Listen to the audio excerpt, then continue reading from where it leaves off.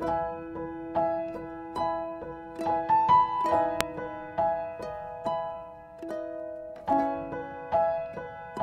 nawalan nga ng pag-asa ang ilang kaanak ng mga biktima ng nawawalang sabungero. Ito nga ay matapos mapabalita ngayong araw na di umano'y tumakas o lumabas na ng bansa ang umano'y mga utak sa pagkawala ng mga sabungero noong 2022 na sina Atong Ang at Gretchen Barreto.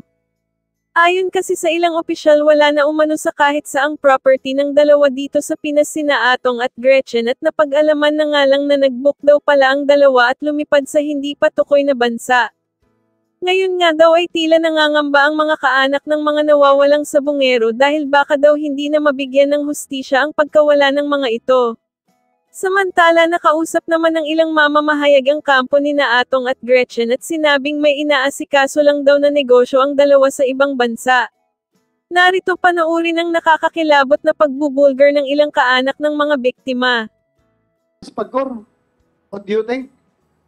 Does that resolution sits well with you, being the regulatory body of Isabong? Mr. Chair, as guided by our top management, we are okay po with the suspending of the operations, and we will also seek approval po from the Office of the President. Well, that's good. Maraming salamat naman at this committee will not adjourn with a heavy heart. Hindi po kami pagbigyan sa aming hinihingi. Hindi naman ito personal namin. Hindi mo itong personal ni SP, hindi personal ni Secretary ni Senator Ping Lacson, ni Senator Tolentino. Kundi para ito sa mga nawawalang mga kabataan at pwede pang mawawala. Kapag, imaginein mo, 350 sultada per day. At yung 350 na cockfights na yan, kung masingitan niya ng isang tupi na entry, meron na namang mawawala ng mga bata. Meron namang mamimising. So kung hindi natin ito ipahinto, dadami talaga itong problema na ito. So sana yung stand mo, alam ko, yung stand mo, sana ito'y representative of the stand of the whole PAGCOR management. What do you think?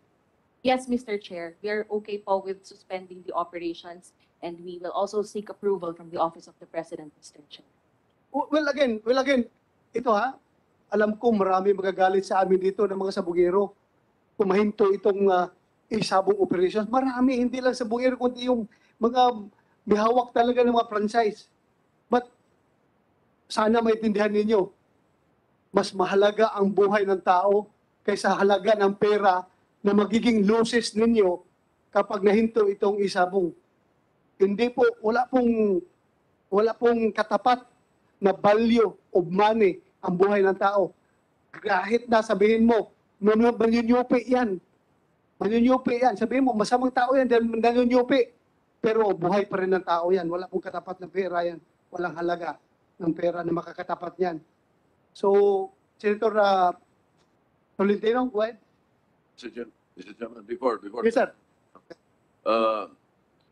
We believe that this action to be taken would get the cooperation of the others.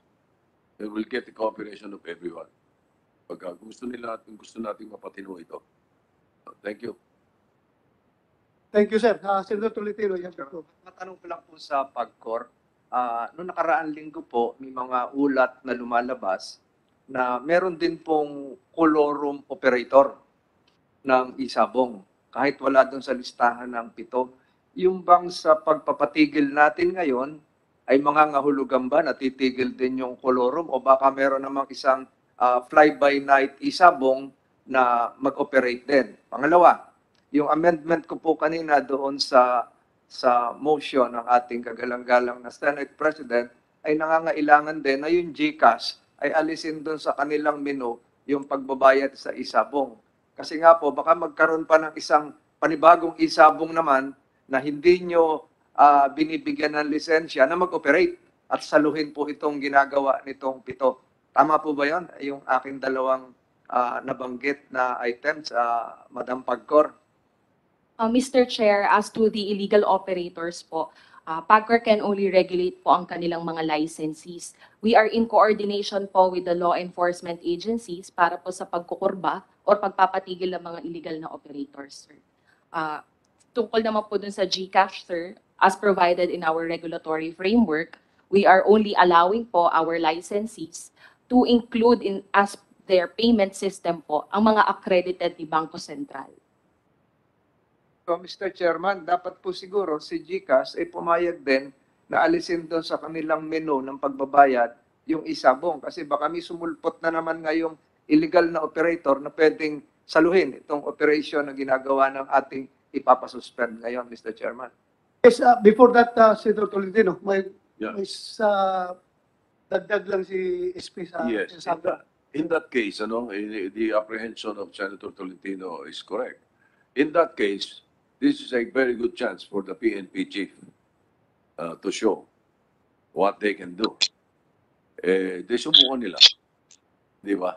Kayang-kaya niyong patigilin yun, na-trade yung mga yun. Pagka meron tumira ng color room. Di po ba? General Carlos. Mr. Chair, illegal po yan. Hindi po namin i-tolerate lang. Lalo na po yung mga ganong klaseng operation. Kung nahirapan po kami dito sa operation na ginagawa through a regulatory body, mas matindi po ang aming action sa mga illegal. We are committed to enforce the law and make sure na yung illegal po talagang hindi po namin pababayaan yan. Amin pong tatrabahuin po yan. Very good to hear. Thank you, General Carlos. Mr. Chairman, Yes, sir. Go I ahead. have the observation of Senator Tolentino sa PAGCOR. Yung illegal, yung 23 na sinasabi yung illegal, yung resultant effect nun, matitigil din yon because hinahack lang nila yung legitimate, di ba? So pag nasuspend yung licenses ng mga legitimate operators ng isabong, necessarily, wala sila mahahack kasi wala activities yung legitimate licenses. Is that a correct statement? As to hacking po ng feeds na aming licensed operators, Mr. Chair, that is correct po. However, wala po kaming jurisdiction. I know that. Ang sinasabi ko, ang resultant effect, pag sinuspend nyo yung 7 na legitimate, wala ma-hack yung illegitimate, yung 23 other illegal online. Kasi nag-hack lang sila sa legitimate. So sinasabi ko, ang resultant effect, pati yung mga illegal, yung illegitimate na nag-hack lang, wala ring activities yon. Wala sila ma-hack eh. Correct? Yes, Mr. Chair, if Thank as you. to hacking po. Thank you. Yeah, balikan ko lang yung punto ni Senator Tolentino, sir. Yung about pag-remove ng GCash at ng PayMaya doon sa isabong platform. Kayo rin ba nag-regulate yan or other agencies regulating this matter? Sir? Central Bank? Yes po, Mr. Chair, sa aming regulatory framework po, we only include is yung payment system po na gagamitin nila is accredited by Bangko Sentral, sir, by the central bank po, Mr. Chair. So yun nga, yung gusto ni Senator Tolentino na matanggal doon sa kwan para hindi na sila makapag-bet talaga. Paano ba yun? Sinong mag-a-act niyan? As to the authority po of these accredited payment solutions, Mr. Chair, I believe po it is not within PAGCOR po. Nasa pag-call. So, Central Bank. Okay. Maraming salamat, ha? Thank you. Pag-call, please bear with us. Ikaw talagang babalikan namin. Remember, case number 1 pa tayo, ha? We still have 5 cases more to go. So, sir, Let's yes, ask go ahead. LTO. Jack, what can you contribute to humanity? Sir, Point. good afternoon.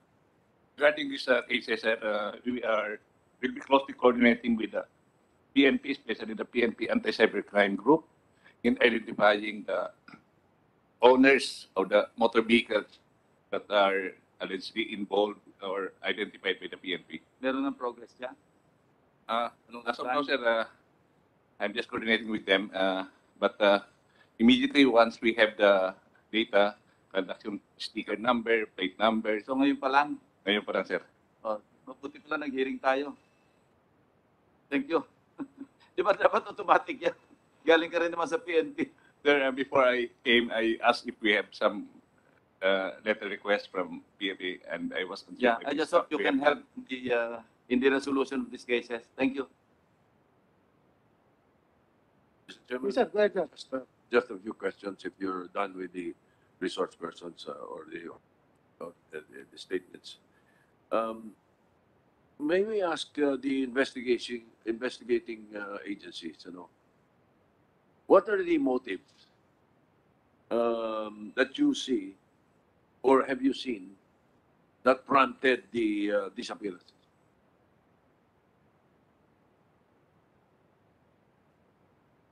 Mr. Chair, sa mga insidente po itong nawawalang mga sabongero, ang isang nga unang lumalabas po dun ay yung Jope. Kasi hindi na tama yung palaro dahil meron pong itong tinatawag nilang Jope. So ito ang isang posible dahilan kung bakit po nagaganap po ito. So kaya po yung aming pong pag-iimbestiga ay tuloy-tuloy. Kaya po kami nagkaroon po ng, through the CIDG, actually sir, immediately directed po the CIDG. Pero hindi po namin tinigil yung pong individual na pag-iimbestiga at the local level. Kung nangyari po yan sa Laguna o nangyari sa Manila, tuloy-tuloy din po yung local effort. But the CIDG now is looking at yung kabuuan sa investigasyon. So yun po isa naming nakikita po dyan, yun nga po tinatawag ng job. And the efforts really can be explained can be divulged by Bert Pero of the CID. All right. Sir, excuse me, sir. Before you proceed, sir, yung mga may pagkain na sa harapan ninyo, please, kumain na kayo. Dahil mag-alauna na, working lunch. Please, kain na lang kayo. Huwag kayo maya. Kain lang. Please. All right. Go ahead, sir. Go ahead. Thank you, Mr. Chairman. Dito po sa mga, operators or cockpit owners, whoever may answer. Ito pang game fixing or chope, talagang it's happening in the cockfights. Any one of you can answer? Mr. Morales, Attorney Santos, Attorney Regino, Attorney Romel. Go ahead, Attorney Santos. Yes, Mr. Chairman. Not particularly in our operation, but it does happen in any cockfight term chope or the chope arrangement. It happens in any cockfight, Mr. Chairman. How is it being done?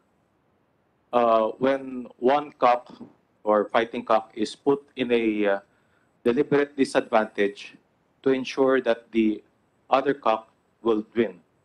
So, for example, Mr. Chairman, kung ako po yung owner ng manok, sasadyain ko pong matalo yung sarili kong manok when in fact, may mga bettors ako or other friends na tataya sa kabilang manok para to ensure na manalo po sila. Yun po yung chope.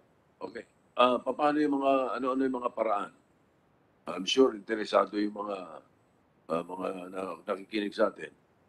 Ano mga pamaraan para matalo o magpatalo o magpachope?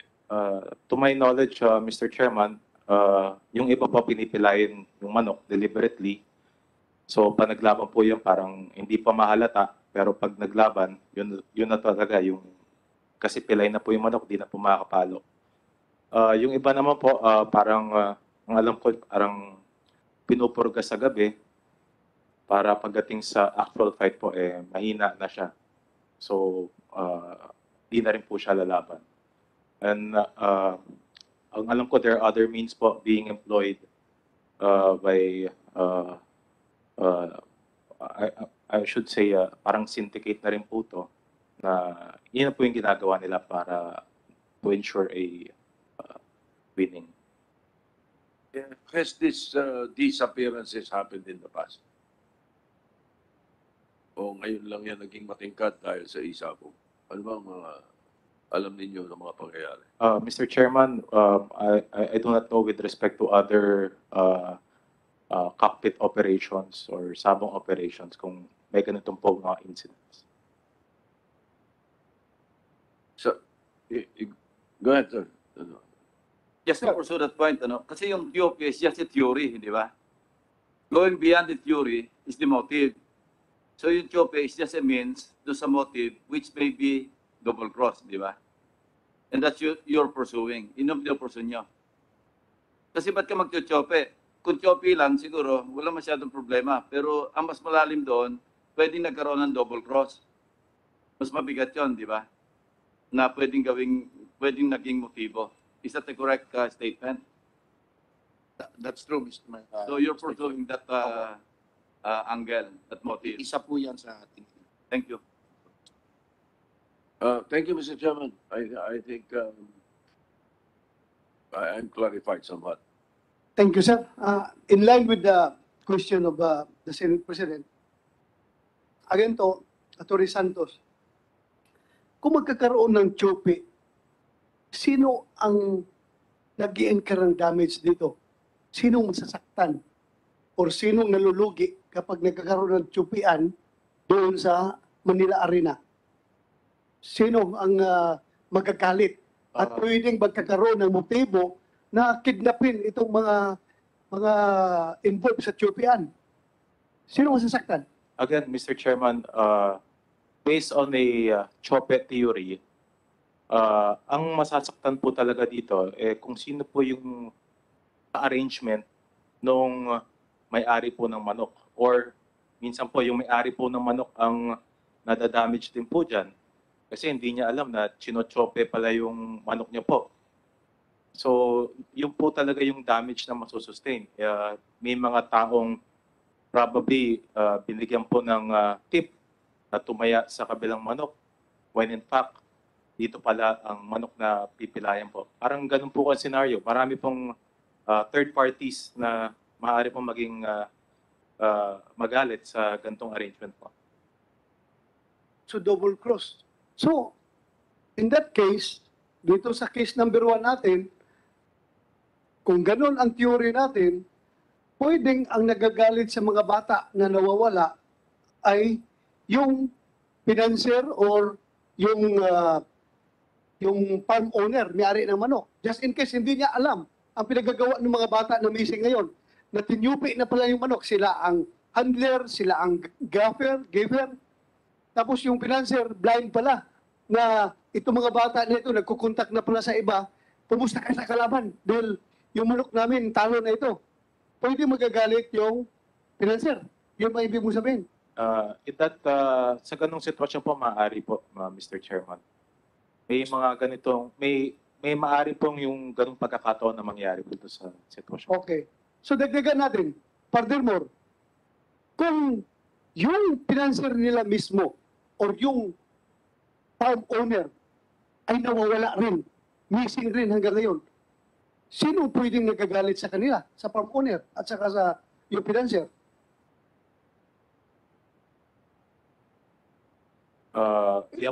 I'm sure it goes higher and higher. Ngayon nga, nawawala yung 6. Later on, na-discover ng police na pati yung financier nila nawawala rin, missing.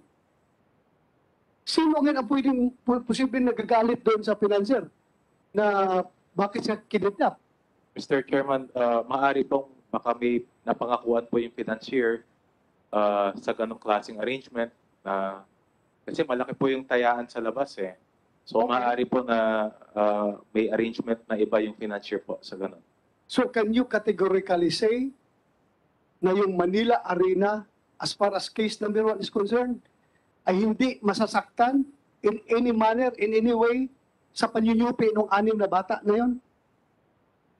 Mr. Chairman, actually yung Manila Arena po, yung management ng Lucky 8, we reviewed the fights po ng entry po nila during that night.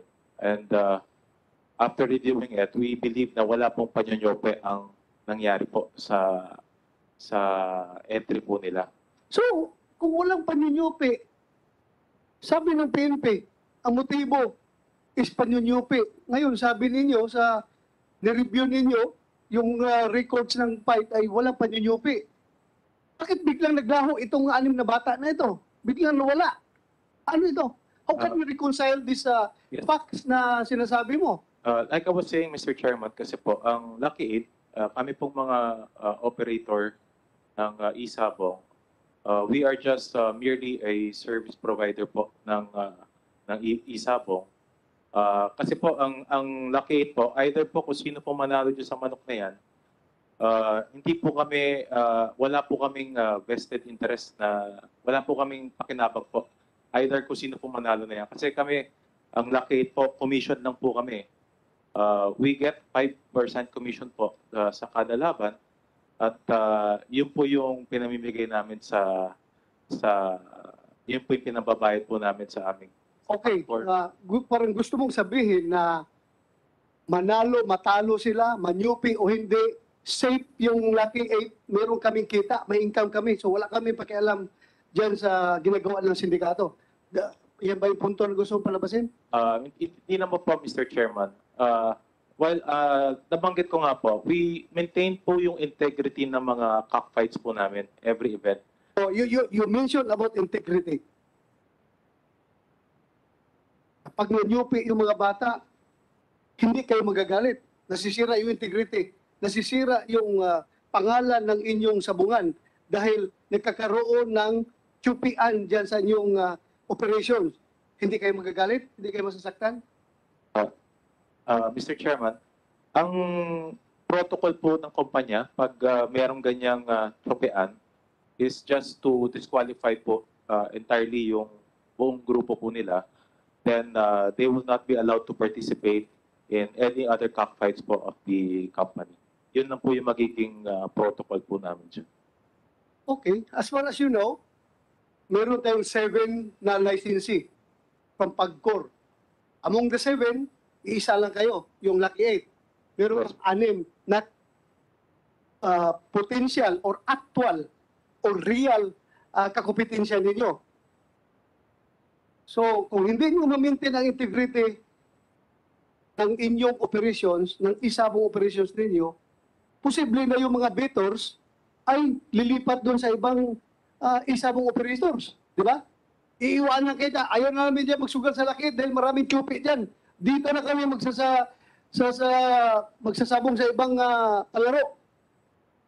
Kung wala kayo ng income, okay lang sa inyo, hindi kayo masasaktan. Masasaktan po, Mr. Chairman. Kaya po, we always maintain po yung integrity po ng mga laban po namin. At we always make sure that fair yung labanan ng mga cockfights po namin. And quality rin po yung mga palabas. Kaya po, we don't tolerate po yung tsupian sa Lucky 8 as far as we are concerned po. Kasi, you know naman po ang gambling eh. If na-mix po ang gambling ng dayaan, so it's no longer gambling. Kumbaga, Okay, you don't tolerate. You don't tolerate. Ayaw ninyo yan. Ibig sabihin, galit kayo pag may manyunyupi. yes, Okay. Mr. Chairman. Okay. You know why? We are trying to establish motives here. Kung sino ang tinatamaan, sino nagagalit sa ganung klaseng operation. But we are not pinpointing anybody na sila talaga ang may kagagawan nito. This is investigation. Talagang i-establish natin muna yung motive dito sa pagkawala nito mga bata na ito. So, thank you for answering my questions. Maraming salamat, Atty. Okay, thank Yes, you. Mr. Chairman. So let's proceed now to case number 2. Tapos na tayo lahat. Meron pa bang case number 1 na magsalita? Wala na? Okay na tayo? Case number 1? Please, maraming salamat Maraming salamat sa iyong pagdating at sana, again, patuloy niyo pagdasal ninyo na sana makauwi pa yung mga anak natin. Dasal pa rin tayo. Dasal pa. Dasal. Okay, suspend muna tayo. 1 minute suspension para mag-change crew muna from case 1 to case number 2. Yung operator natin dyan.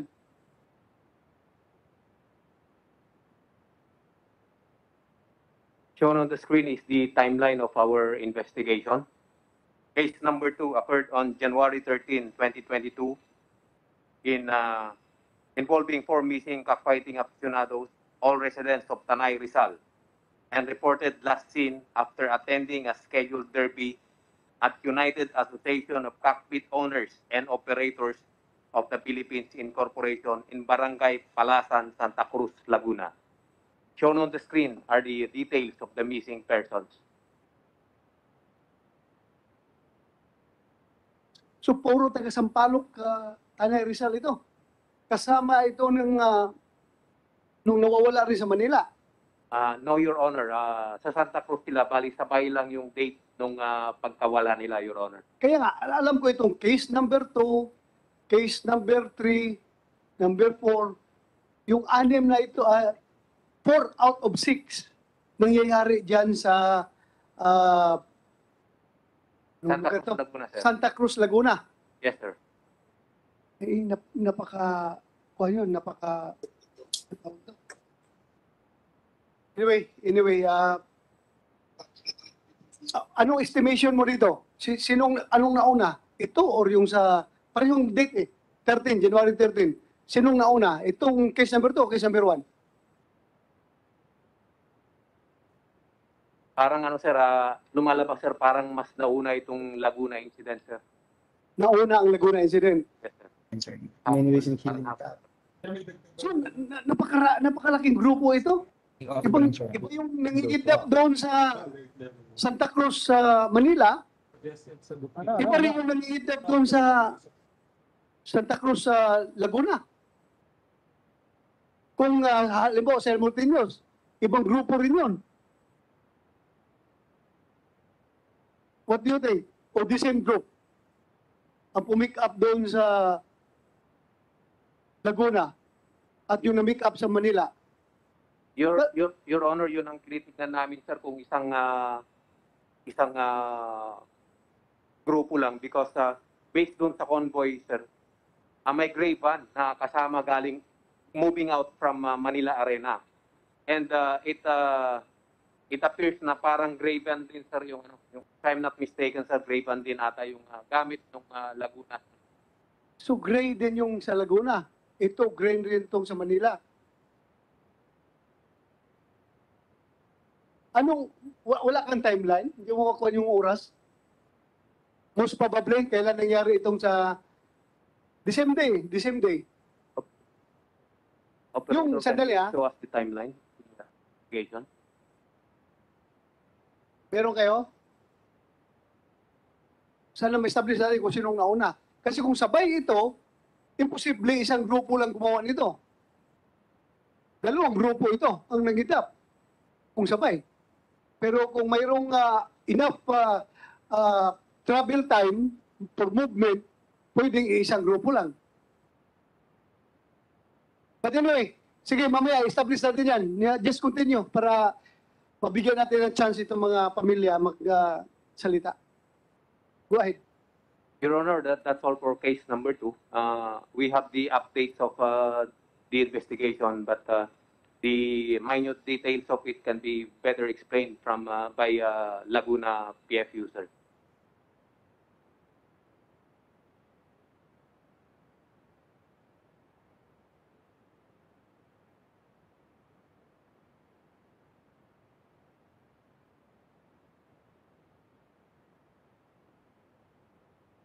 Sige, briefly walk us through yung progress ng yung investigation dito.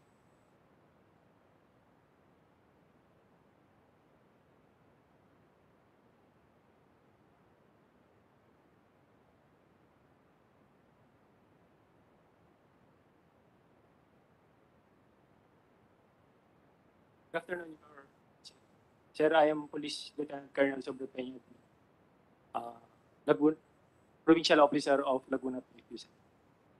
Ano ka? Intel officer? Provincial Officer, sir, of CIDG. CIDG. Please, continue. Sir, can you please? Yes, sir. For the update, sir, we have person of interest, sir, under the name. Yung sinabi kanina, sir, na si Julius, sir. Julius Navillo Y. Nastor, sir. Person of interest. Yes, sir. Yun, sir, yung sinasabi rin kanina, sir, na yung farm owner, sir. Kasi siya yung Siya yung nag-hire, sir, sa mga nawawala, sir. Nagtatrabaho, sir, sa kanya. Then nag-hire, sir, sa kanya. Saan na siya ngayon? Nawawala na rin, sir. Nawawala. Yes, sir. To include yung mga family niya, sir, pinuntahan namin, wala na rin, sir, sa addresses. Wala sa addresses. Yes, sir. Ang nandun na lang, sir, is yung caretaker nila, sir. Immediately after the incident, sabi ng caretaker nila, sir, umalis na sir dun sa location ng bahay niya, sir. So may kwento. May tama ito, may tama. Bakit lumayas pati pamilya? Kasi kung missing lang ito, na halimbawa naging victim ito, I'm sure the family will cry for help. Ito ngayon, sumibat kasama ang pamilya, ibang usapan ito. Di ba? Yes, So, sir. like these families, ito sila. Nawala yung mga anak nila, andito sila nagreklamo. Yun namang case ni Abilio, Julius Abilio, nawawala siya ngayon, pero pati pamilya niya nawawala. Hindi humihingi ng tulong sa pulisya. Hanapin ang nawawalang Abilio. Wala, sir. Wala. Kasi immediately after the report, sir, na nawawala na, sir, sila. Nawawala sila kasama ang pamilya. Ha? Yes, sir, to include this family. This is something na you have to look into. Yes, sir. Baka malaki ang kuwan nito. Sige. You are recognized, General Pero. Your Honor, sir, as mentioned by Mr. Inunog kaganina, sir, he mentioned that particular person na allegedly yung may 200 million na allegedly na yun ang parang kinita. Pero hindi pa natin ma-prove because we are still getting the banks and other financial institution records, sir. So, in that case, pwede natin ma-theorize na yung disappearance ni Habine, ang pangalan? Abilio. Pwede natin ma-theorize na yung disappearance ni Abilio is a sign of flight or a sign of biktima siya na nagtatago, na biktima rin siya ng abduction. Two ways, sir. Two ways. Either way. Either way na siya ay victim or siya nagtatago because guilty siya sa something na but we need to prove further kung talagang siya ay siyang may ano yung dahilan kung bakit siya nagtatago. So meaning, expecting siya, kung flight yung ginagawa niya, he was expecting na malaking risk back ito. Kaya pati pamilya niya, sinipti niya, sumibat sila lahat. Okay, sige. Medyo lumilinaw. Please continue. Sir, that's all for the updates, sir. And to include we already issued representation, sir, for the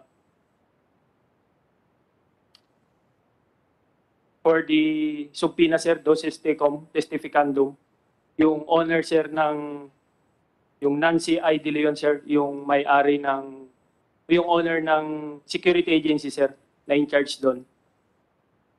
Send na rin kami, sir. Ang may-ari kasi, sir, doon sa security guard doon, sir. Security, yung nagsisecure doon, sir, is yung Absolute Force Security Administration Incorporated. Okay, please do it. Kapag hindi nag-cooperate, sigurado madali lang yan na trabahuin dahil they are under the control of susya, di ba? Hindi sila pwedeng mamatigas-tigas dyan na hindi sila mag-cooperate. Kailangan persahin ninyo mag-cooperate dahil trabaho nila yan. They are there to secure, not to help disappear people. Laruin mo yan. Yes, sir. Another update, sir, is yung according kay Sir Lambert Santos, sir, yung father of one missing person, Milbert Jan Santos E. Alcantara, alias Taba, sir. Meron kasi siyang bank account sa PS Bank, sir, Tanay Rizal, na may nag-withdraw, sir, sa kanyang ATM. So we already secured videos, sir, dun sa vicinity where the possible suspects na nag-withdraw.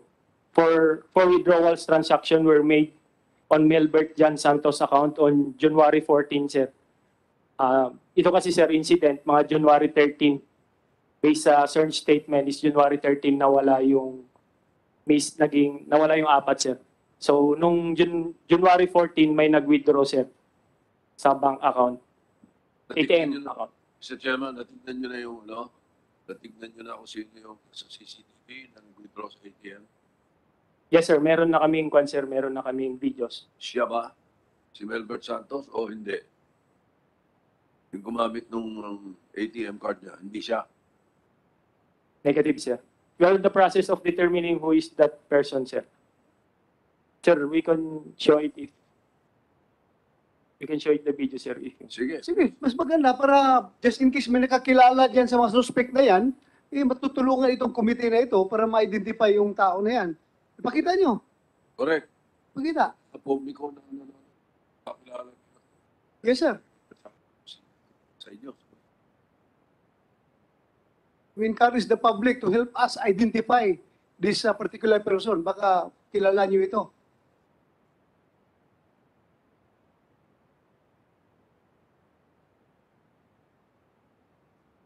Yan na yun, yan?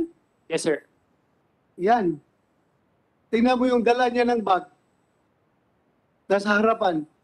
Very familiar. Sino mahilig magdala ng baril na nakalagay dyan sa bag na yan, na dyan sa harapan? Sling bag na yan.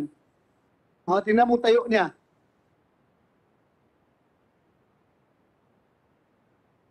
Hindi play ba niyo yung video?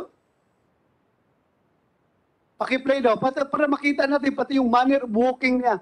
Baka makilala ng mga kapitbahay niya yan. Ma-identify.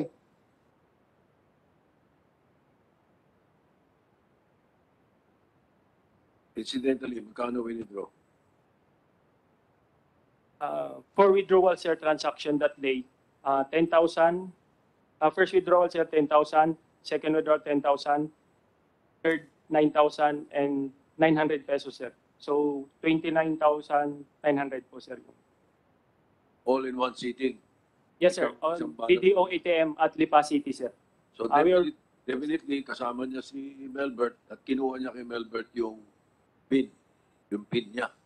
Ano? Yes, sir. We already requested, sir, yung sa BDO ATM account.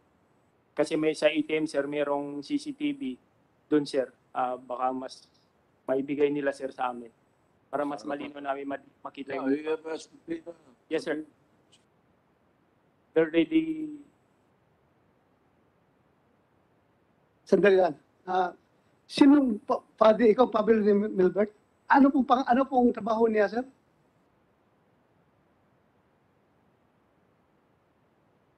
Senator, bali wala po siyang trabaho. Bali, ako po kasi nakabili ng van. Van? Yes. Yung urban state. So, urban state, bali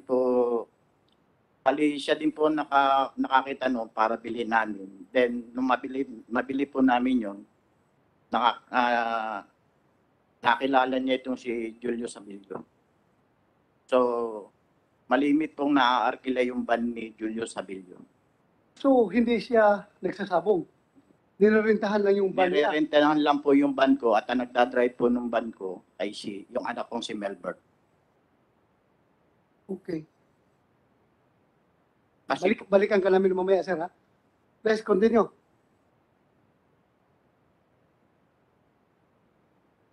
Requested for the subpoena, sir, dito, sir, sa PAGCOR, under Ma'am Diane Erica Jogno, sir.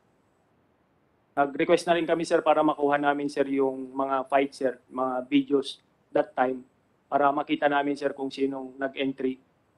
Baka nahagip, sir, yung mga yung persons of interest or any information na pwede nilang maibigay. We are just waiting for the answer of PAGCOR, sir. Okay.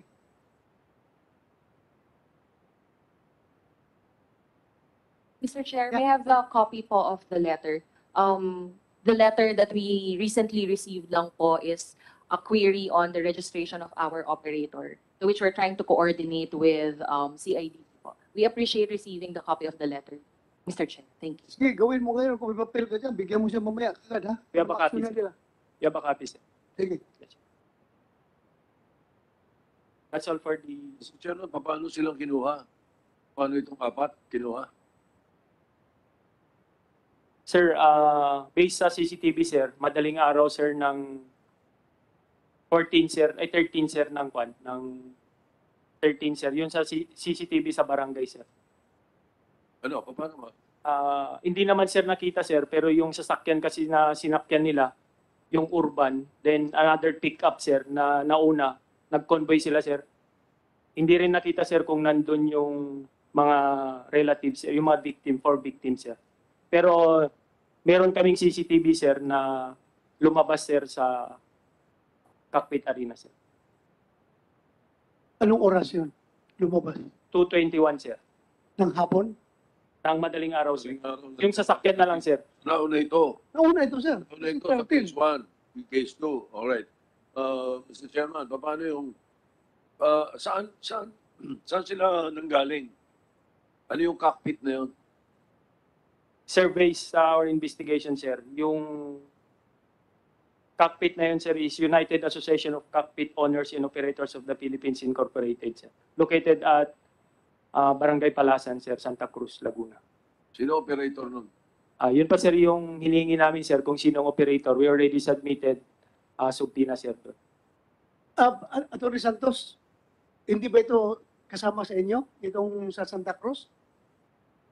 Actually, Mr. Chairman, that Santa Cruz cockpit arena, that is also under Royal Octodome and we are also leasing it. So kasama ito sa inyo? Kayo may-ari nito? Nag-lease po kami dun sa property po. Kaya kayo nag-operate nito? Apa. You're the one operating? Yes, Mr. Chairman. Okay. Alam mo, pasensya ka na, pero masasabi ko ngayon, masasabi ko na itong Santa Cruz, Laguna na arena ninyo ay napaka-notorious. 4 out of the 6 cases ay dyan sila last seen, yung mga nawawala. Ano kayang meron dyan sa arena na yan? Bakit ang daming taong nawawala dyan? Out of the 29 people na missing, ay 20, ilan yung sa lipa? Ilan sa lipa nawawala? Yung 4 incidents, ilang taong nawawala? Hindi, ganito na lang. Yung 4 incidents sa Santa Cruz, 4 cases, ilang tao lahat doon ang missing? 90. Kaya nga, ilan lahat yung sa Santa Cruz lang? Santa Cruz ito. Santa Cruz. Oh, kadami nito. 1, 2, 3, 4, 5, 6, 7, 8, 9, 10, 11, 12, 13, 14, 15, 16, 17, 18, 19. WP, Santa Cruz. Ano yung WP? Anong meaning ng WP? World Pit Master. So, 1, 2, 3, 4. Kadaming tao nito. 1, 2, 3, 4. 5, 6, 7, 8, 9, 10, 11, 12, 13, 14, 15, 16, 17, 18, 19, 20. 20 katao ang nawawala dyan sa Santa Cruz World Pitmaster Arena. Separate occasion, sir. 4 cases ito. 4 na kaso of disappearances. Pero total of 20 persons ang missing na last seen or alam na mga kapamilya nila na dyan pumunta sa Santa Cruz World Pitmaster Arena. Nakakatakot na notorious itong kung ninyo. Yung arena na ito. Mr. Chairman. 23. So 23 pala. Hindi pala 20. 23 ang nawawala dyan sa Santa Cruz. Sino pwede ng Santa Cruz ng Laguna? Hindi kayo na aalarman nito. 23 katao na nawawala dyan. Wala mo lang kayo nahanap kahit isa. PD ng Laguna. Alam mo, sa first na pangyayari dito dapat, na may missing na 4 na tao, dapat sinusurveillance na ninyo itong arena na ito. Bakit nasundan pa at umabot pa ng 23 katao ang nawawala? Bagong PD ka ba dyan? Sino bang PD dyan? Kailan ka umupo as PD? 2021? So, sakop mo na ito. Yung latest. Pero yung 3 previous cases, hindi sa'yo. O, Pitalyo. Colonel Pitalyo, ano masabi mo dito? Tatlong instances ito. Walang alibyo. Walang...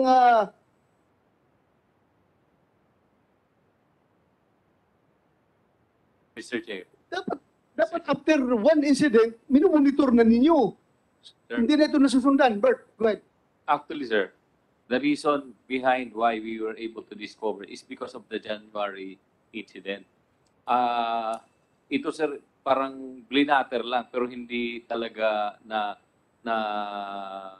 follow up. Kaya sa tingin ko, sir, hindi talaga missing person lang yung una niyang platter. So maybe our former PD could explain further. Please enlighten us, Colonel Pitalyo.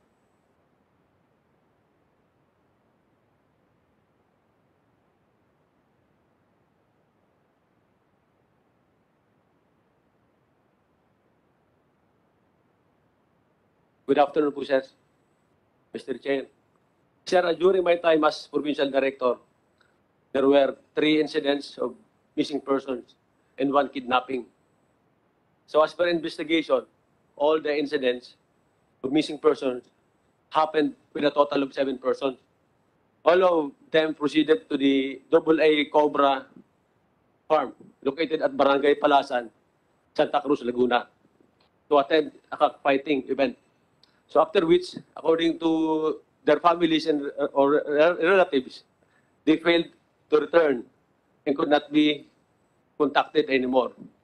So with the missing persons, I personally directed the Chief of Police of Santa Cruz Municipal Police Station, who is with us here today, together with the Chief of Provincial Intelligence Unit, to exert all efforts to address the case of missing persons. Also to closely coordinate with the families and relatives and assure them that all of the necessary effort will be done to bring back their loved ones to them. So the former Chief of Police of Santa Cruz have her presentation, Mr. Chair. Then with regards naman po, sir, sa kidnapping incident at San Pablo City, so at the time when I was informed of the incident, I immediately directed the creation of SITG, purposely to have an in-depth and impartial investigation on the matter. So I directed the SITG to get hold of the CCTV footage and preserve all the evidence. Since the case is in San Pablo, appears to be a kidnapping incident, I directed the Chief of Police of San Pablo City Police Station, who is with us also today, sir, and he has his own presentation also, and closely coordinate, he coordinate to anti-kidnapping group before. Paano ka napunta San Pablo? Anong relasyon doon? Sir, meron din po, sir, isa doon, sir, na kidnapping incident, sir. San Pablo, Laguna? Yes, sir. San Pablo City, sir. Kidnapping incident? Yes, sir. Incident, sir. Meron din po nangyari doon, sir. Tapos? So, na may CCTV footage doon, sir. So, kinuha namin, sir. Yeah. Pinalo up namin yun, sir. But ano to, sa Bungero rin? Yes, sir. Yes, sir. Farm owner, sir. Farm owner naman? Opo, sir. So, may I continue, sir?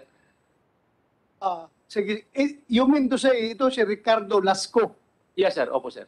Ito yung nakita natin sa footage, sir. Footage na pinasok ng ilang van. Opo, sir.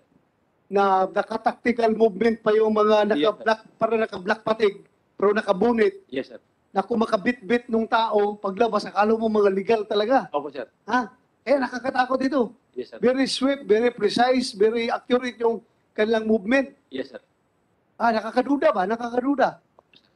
Napakilala po sila sir na NBI according to the investigation, sir. Kung ako mag-kidnap ng tao, bakit ako magpakilalang NBI ako? That's why, sir. Yes, sir. Yes, sir. Oh, that is to mislead. That is to mislead after the fact. Diba? Yes, sir. After the fact investigation. Yes, sir. I-mislead na yan. So, NBI ako, NBI kami. Kaya ang maghahanap na asawa, pupunta sa NBI. Yes, sir. Eh, yun pala, wala. Yes, sir. Sige, continue. Yes, sir. So that's why, sir, because of that incident, we coordinated, sir, with the anti-kidnapping group. So in the same manner, sir, I ordered the SITG to ask the technical assistance for the preservation, enhancement of CCTV footage.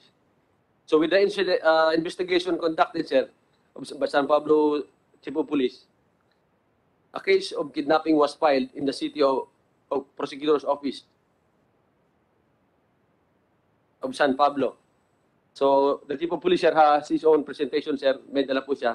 So, in the meantime, sir, I directed the Chief of Police of San Pablo in the SITG to continue the conduct of investigation to bring all the perpetrators to justice, sir.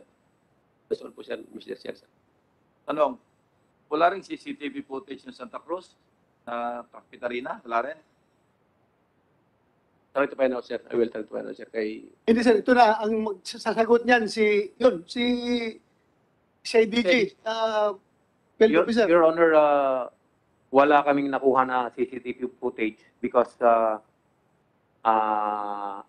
yung incidente, sir, is yung previously, sir, matagal na. Tapos yung pumunta yung mga investigators natin, parang sinabi nila, sir, na wala silang CCTV, sir. Hindi. Iba yan. Iba yan yung apart from the case ni yung sinasabi ngayon ni Colonel Pitalio, yung case number 2 natin, ang tinatanong ni Sir Ping, kung naghingi ba kayo ng CCTV footages doon sa Santa Cruz, ha? Sa Santa Cruz. Yes, sir. Actually, sir, sa loob, sir, ng Cockpit Arena, sir.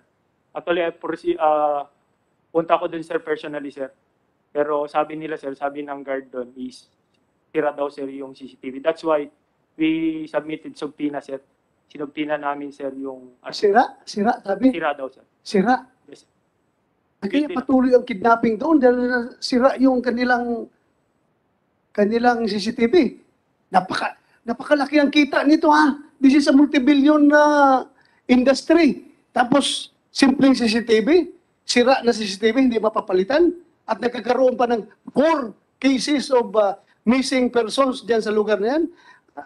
Hindi ko alam kung yung kalbo ko, baka masusugat na ito sa kakakamot ko pag ganun ang rason nila. Mr. Chairman, how many days apart ba yung 4 cases? How many days apart of each other? Yung 4 cases. Dahil 4 cases ang involved yung Santa Cruz, eh. So, all those times, sira yung CCTV. Tapos Manila Arena, ganun din, wala pa rin CCTV.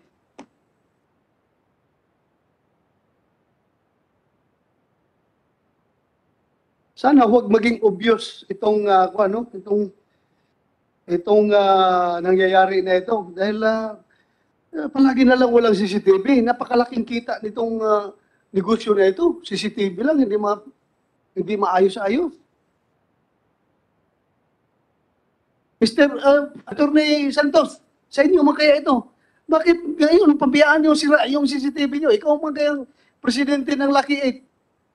Paano naging pinabayaan yung sira yung CCTV ninyo? Actually, hindi po sira yung CCTV po sa Santa Cruz po. Wala po talagang CCTV doon sa pagkakalam po namin. Pag-core, kayo na naman. Sus, yung buhay ito. Mr. Chair, again po, yung sa licensing po ng Cockpit Arena po, it is with the LGU's jurisdiction, Mr. Chair, to license the Cockpit Arenas po. Teka muna, Mr. Chairman, with your indulgence. Di ba bago kayo magbigyan ng license, kumpleto dapat yung requirements na meron silang permit from the local government unit. Yes, Mr. Chair. Hindi nyo man lang chinek kung ano yung violation, but paano sila nabigyan ng permit ng local government unit concerned? Mr. Chair, they were able po to provide the appropriate permits po and From resolutions from the LGU, Mr. Chair. So ang assumption nyo, nag-comply sila.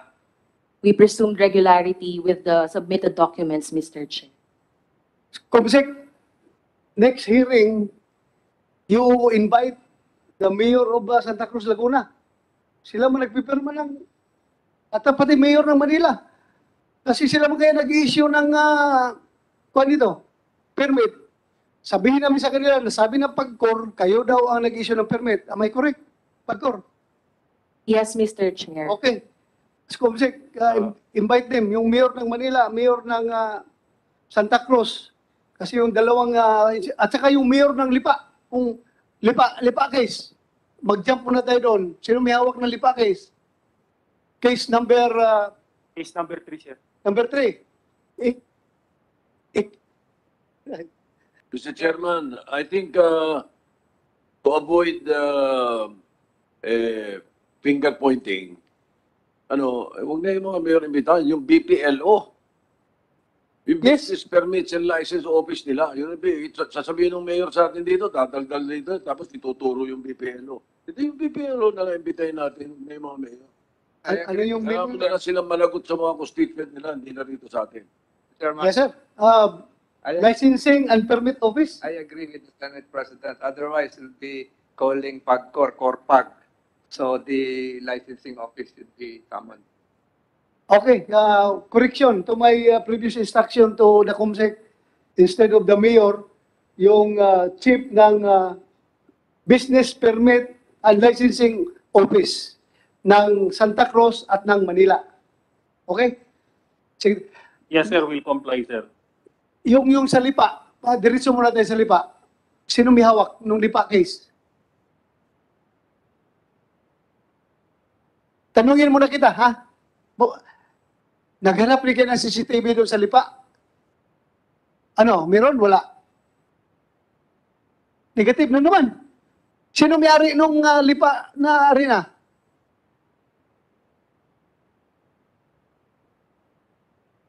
Ha? It is under Royal Octodome, sir. Na naman. Sa yan naman ito na eh. O bakit, ano yan? Bakit wala na namang CCTV doon? Just to clarify, Mr. Chairman, with respect to the Manila Arena, kasi kakastart lang din po ng operations namin dyan since nag-open up na po yung, nag-lower na po ng IATF levels, no? So, kaya ngayon pa lang po talaga i-installan ng CCTV po yung Manila Arena. With respect po sa others location po namin, kasi wala naman po talagang ganyang incident po na nangyayari sa amin. So, hindi po talaga dinim ng management to install CCTV there. But since ngayon lang po nagkaroon ng mga ganitong complaint, ngayon lang po kami na-apprise ng mga ganitong complaint po, as we speak, Mr. Chairman, the management is coordinating for the installment of the CCTV. Alam mo, attorney, ako yung nagtataka. Bakit multi-million industry ito? Yan yung pinakasit, yan yung source ng income ninyo.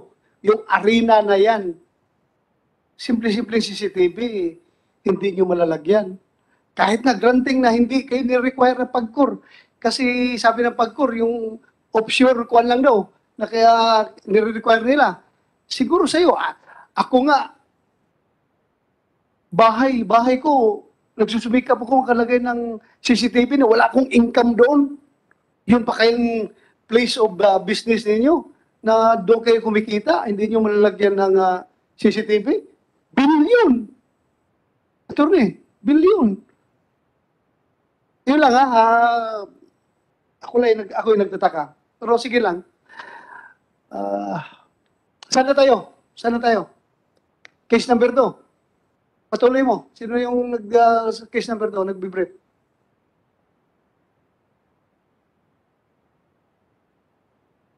Sir, lastly, sir, also we requested, sir, sa SLEC, sir, kasi yung sasakyan, sir, from the Cockpit Arena, sir, papunta ng Manila. So, nag-request na rin kami, sir, ng subpoena, sir, sa SLEC.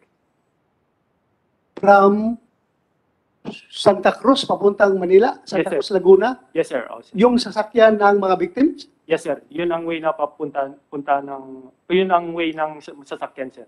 Mayroong kasamang may nag-escort na sasakyan? Wala. Sila lang. Solo. Merong pick up, sir. Pick up. Pick up block, sir. Yung plate number kasi, sir, yung mga nakikita namin, sir, na CCTV sa barangay.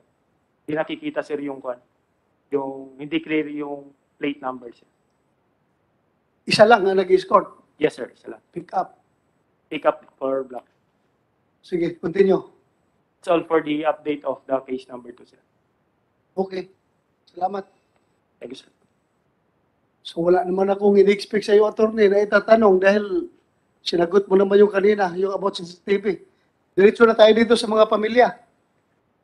Sino mauna, sir? Ikaw? Okay, sige, please. The father of Milbert Jan Santos. You have the floor, sir. Good afternoon po, sir. Ako po yung father ni Melbert Jan Santos at ako din po yung may-ari nung van na hinahire ni Julius Abilio. Nung pong ano kasi yan, nung January 12, nagsabi nga po na sabi sa akin pa baka matuloy ako ng Santa Cruz. Ngayon, ang sabi ng ano ko ay ipatensya na daw namin yung van baka nga matuloy. So ayun, pinayagan ko. But yun po ako po kasi nasa trabaho ako kaya pinupunta-puntahan na lang po ako doon. At pagka ganun pong hindi ko nakita yung van doon, alam ko pong na umalis na po siya. Natuloy po yung renta. Kasi malimit po kasi na narerentahan ni Julius Abilio yung van. Kaya yun po. Then, nung umaga na po ng January 14 around mga 7 a.m. may nagpunta doon sa farm na ang sabi po, tay baka yung sinataba po, may nakapagsabi lang po na nahuhold po sa Santa Cruz ay pakipuntahan po para po maagapan.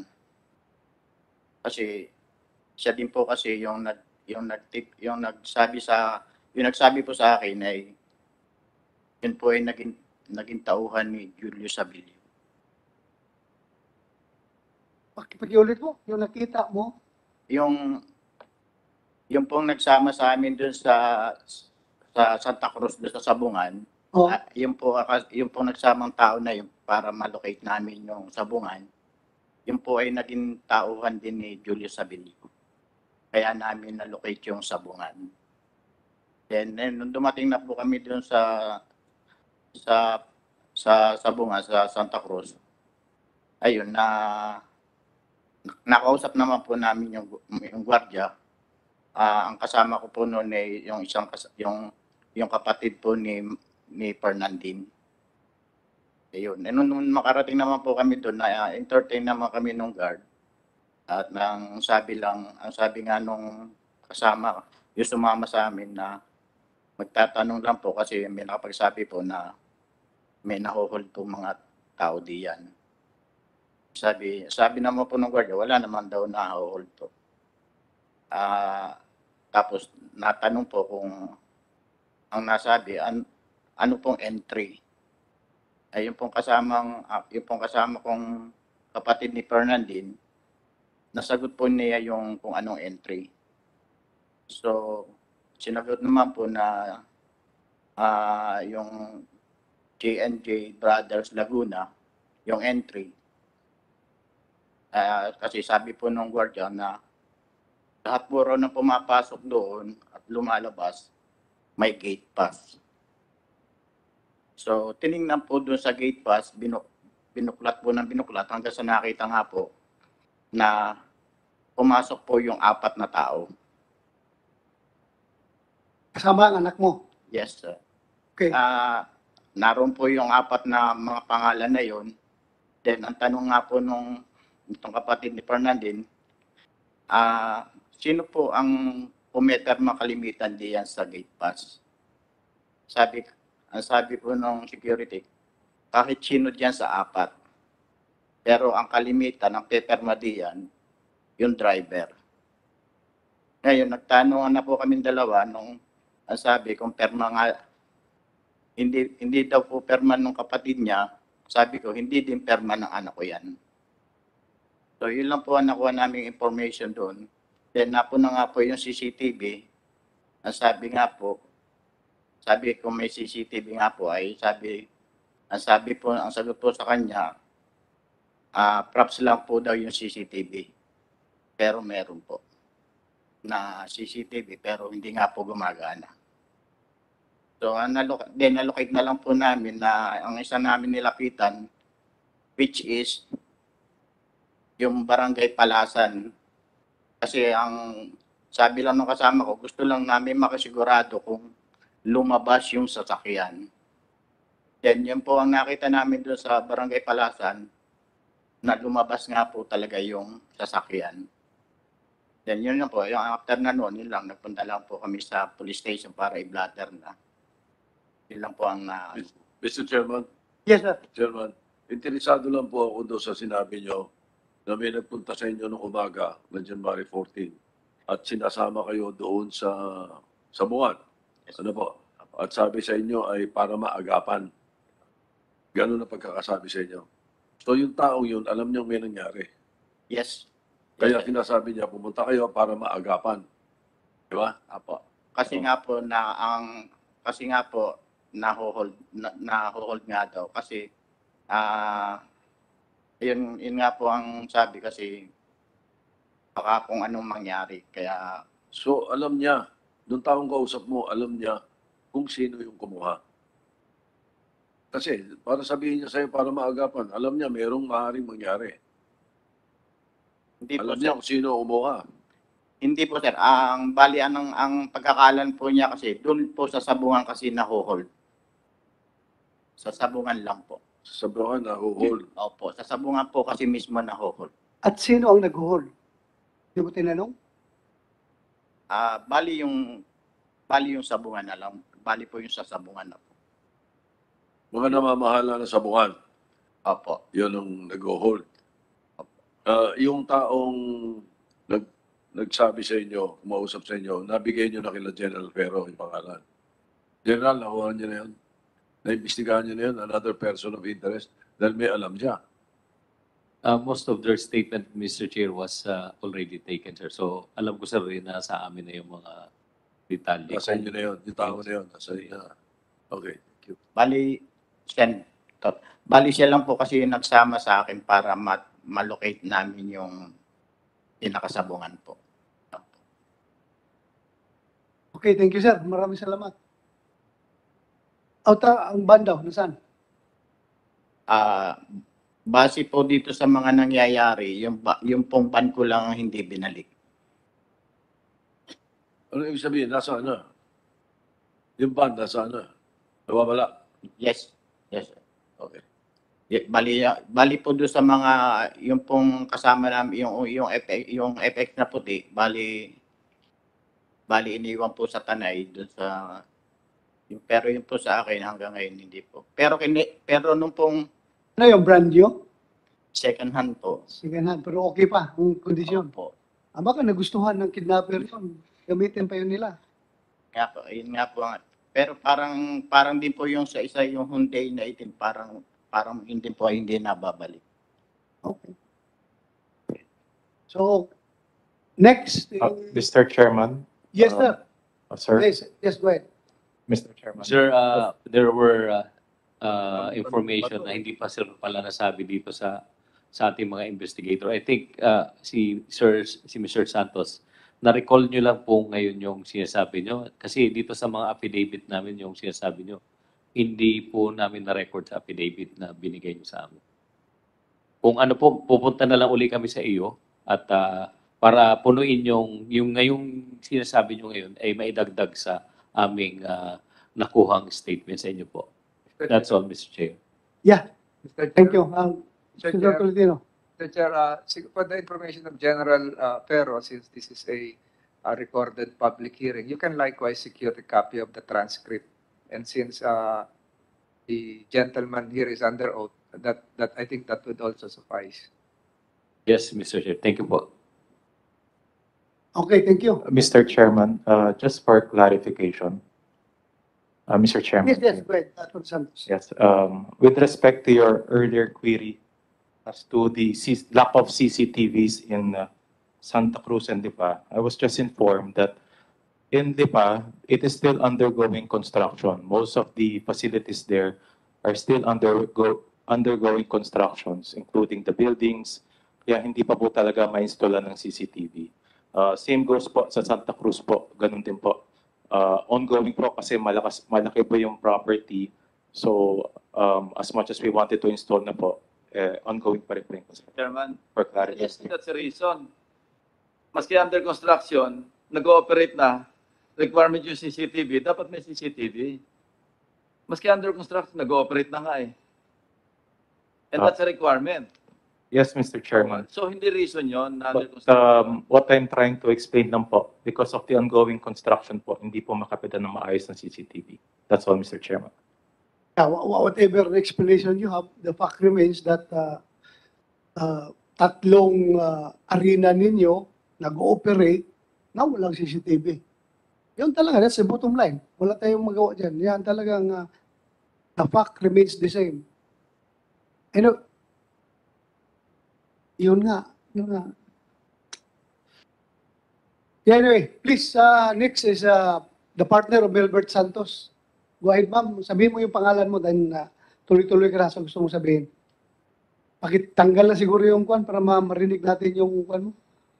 Ilapit mo yung microphone. Thank you. Ako po si Rowelyn Ebit po. Kinakasama po ni Melbert Jan Santos.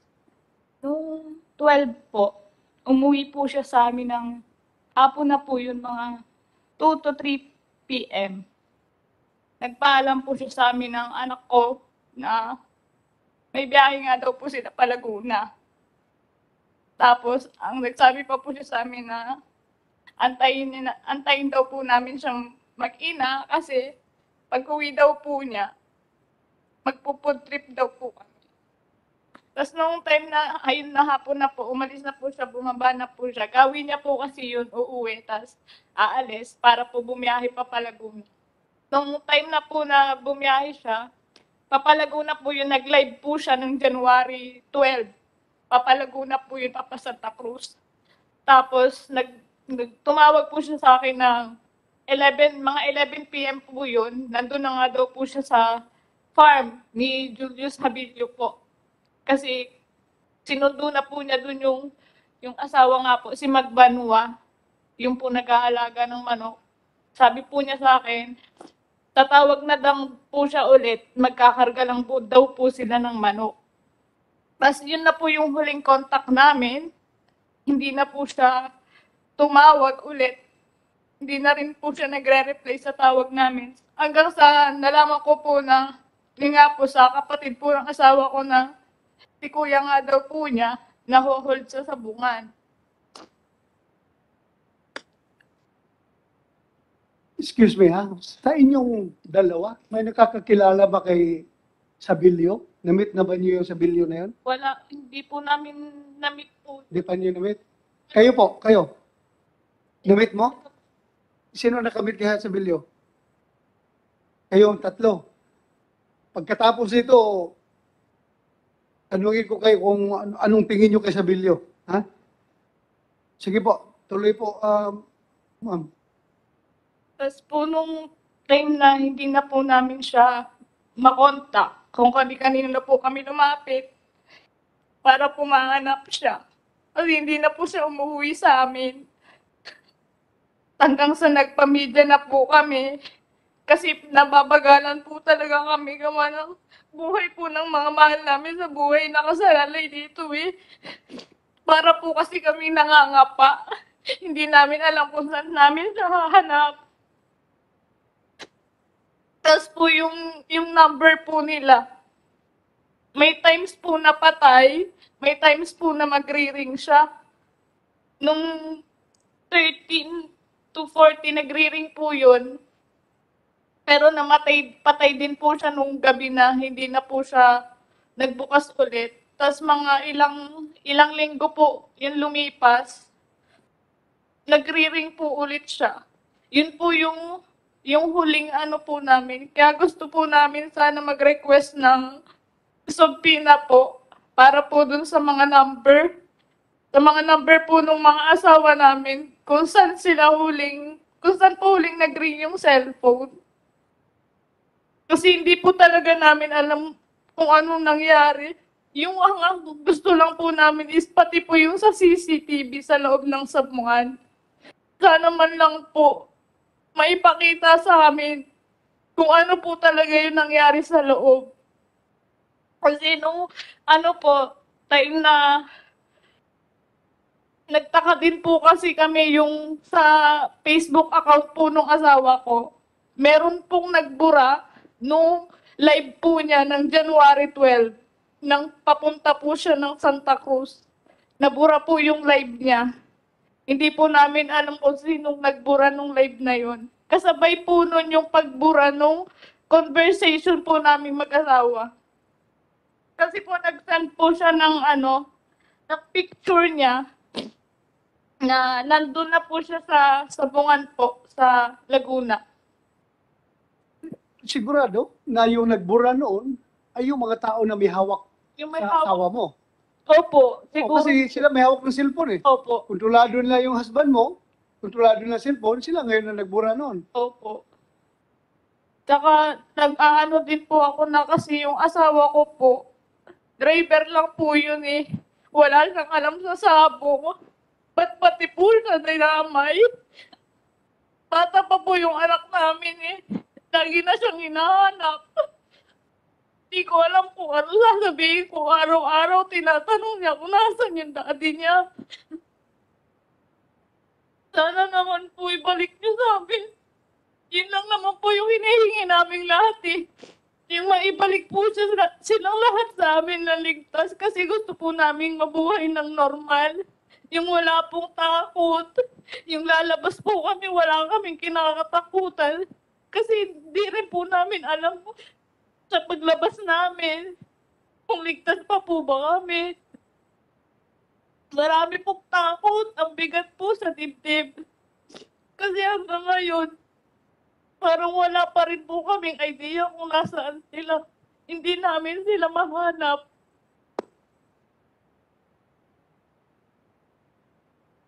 Sige, maraming salamat ha. Thank you very much. Ramdam namin yung paghihirap mo, but we just hope for the best. Sana buhay pa sila. At kung sila'y patay na, sana makita yung kanilang katawan. Next is the wife of Manny Magbanwa. Go ahead, ma'am. Ako po si Geraldine Magbanwa, asawa po ni Manny Magbanwa. Nung gabi po na sinundo yung asawa ko sa farm, nila Ferdinand at saka nila Malbert. Siya po yung handler doon sa farm ni Julius Havilo. Bago lang po kami doon, 2 weeks, magto 2 weeks pa lang po kami doon sa farm. So, nakilala mo si Julio Sabilio. Opo. Anong tingin mo sa kanya? Anong klaseng tao? Ano naman po siya, mukhang mabait naman po siya. Parang hindi naman po siya gagawa ng parang wala siyang alam. Parang hindi ko po alam yung itsura niya. Parang inosente.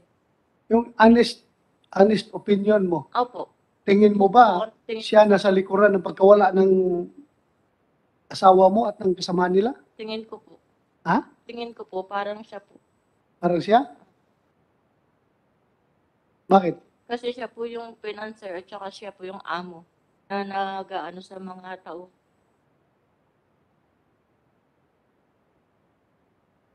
Okay. Sige, please continue. Tapos sinundo po siya doon ng mga kasama niya sa farm kasi siya po yung handler. Sabi ko sa asawa ko, wag na siyang sumama kasi ano niya po, kinabukasan, birthday niya po. Kaya sabi ko, wag na siyang sasama kasi galing pa po sila sa sabungan doon sa Tarlac. Pagod po siya, tsaka puyat. Ang pinagtataka ko lang po, wala pong gustong sumama kahit isa doon sa tauhan sa farm. Kaya po siya napilitan sumama pa rin doon sa Santa Cruz, Laguna ng Sabon. Kaya po yun, napilitan po siyang sumama.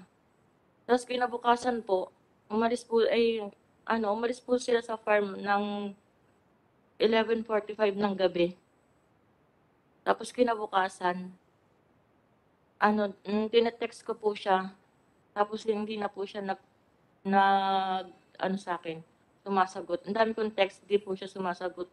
Pero nagre-ring yung phone niya. Bandang tanghali ng 13, hindi ko na po siya makontak. Out of reach area na po. Sa pagkakaalam mo ba, kasama nila si Julio Sabilio doon sa Sabungan o hindi? Hindi kasama? Tapos sabi yung Marvin po yung nakakaalam, yung driver po niya. Driver ni Julio Sabilio. Saan siya? Nawawala din po, kasama din po. Nawawala? Opo. Yun po yung nagpasok sa amin sa loob ng farm na. Anong pangalan? Marvin Flores. Marvin Flores, sa IDG. Record niyo, Marvin Flores. Hanapin niyo yan. Continue. Kasama ni Tapos yun po, nung sabi sa akin ng katiwala sa farm, yun po ang nagsabi sa akin na nawawala na po sila. Na hindi na po, may kumontak si Dayan doon sa katiwala sa farm, na nawawala na daw sila. Saka po ako kinabahan na natakot kasi hindi ko na nga po sila makontak. Pumunta po ako sa Santa Cruz, Laguna para po ipablatter. Tapos doon ko na po nalaman na nawawala na po silang 4, di na po sila move. Kasi po, kung saan sana po kami nagpupunta, hinahanap namin sila, hindi na po namin sila makontak, hindi na po namin sila. Sige, thank you. Wala ka na sabihin pa. Next, si Sister of Mary Mark Fernandin. Mark Paul Fernandin. Go ahead, ma'am. Ako po si Tessan Regondola. Kapatid po ako ni Mark Paul Fernandin. Nung umalis po sila ng bahay nung January 12 ng gabi, nagpaalam po sa akin kapatid ko na pupunta na nga po daw sila sa Santa Maria, Laguna ni Melbert dyan para po kunin yung mga manok na isasabong po sa Santa Cruz, Laguna. Anong trabaho niya? Taga-bitbit lang po ng manok. Taga-bitbit ng manok ni Julio Sabilio po. Abino. Tapos po noon, nag-message po ang kapatid ko sa akin ng 10 ng January 12. Ang sabi niya po sa akin ay JMJ Brothers Laguna. Yun po yung pangalan ng entry name po nila sa Santa Cruz. Tapos, ang sabi pa po niya sa akin, pangatlong laban po daw sila. WPC po daw yung sa Santa Cruz. Tapos, napanood ko pa po yung kapatid ko ng umaga doon, noong January 13 po, kasi fight po nila ng pangatlo nga po daw sila. Tapos, tumawag po sa akin yung kapatid ko ng 9:24 AM, nag-video call pa po kami. Siya po mismo tumawag sa akin. Ang sabi niya po sa akin, kung okay po daw yung laban ng manok. Sabi ko naman po, ang sagot ko naman po sa kanya, okay lang. Tapos may nabanggit po sa akin din yung kapatid ko about po dun sa loob ng sabungan. Na sabi niya nga po sa akin na meron nga po daw parang umaaligid-aligid sa kanila na tauhan po daw sa sabungan sa Santa Cruz. When you say tauhan ng sabungan ng Santa Cruz, Opo. Miss po, ano niya nalaman na taga Santa Cruz na sabungan yun? Para po daw kasi para pong guard para po tauhan. Kasi siguro po alam niyo yung mga guard po na nakaitim, ganun po. Tapos, sabi ko naman po sa kanya, okay lang ba kayo dyan? Sabi niya po sa akin, okay lang naman natin, sabi ko. Tapos, ang sabi po niya sa akin, mga tanghali po daw, tatawag ulit po daw siya. Eh di inate ko po tawag niya. Pagkatapos po noon, di po siya tumawag ng tanghali. Eh, panatag lang naman po loob ko kasi baka po nagpapahinga lang po siya or kaya po may ginagawa lang kaya hindi po siya nakatawag ng tanghali sa akin ng 13. Try ko, nag-try po akong tawagan siya ng alas 3:08 p.m. po ng hapon ng January 13. Kaso, hindi na po nagre-ring yung nagre-ring po yung cellphone niya pero hindi po siya sumasagot. Ano, 13 ito o 12? 13? 13 na po. Okay. Tapos po, yung nga po, hindi na po sumasagot hanggang umabot na po ng kinabukasan po ng 14, nag-message po sa akin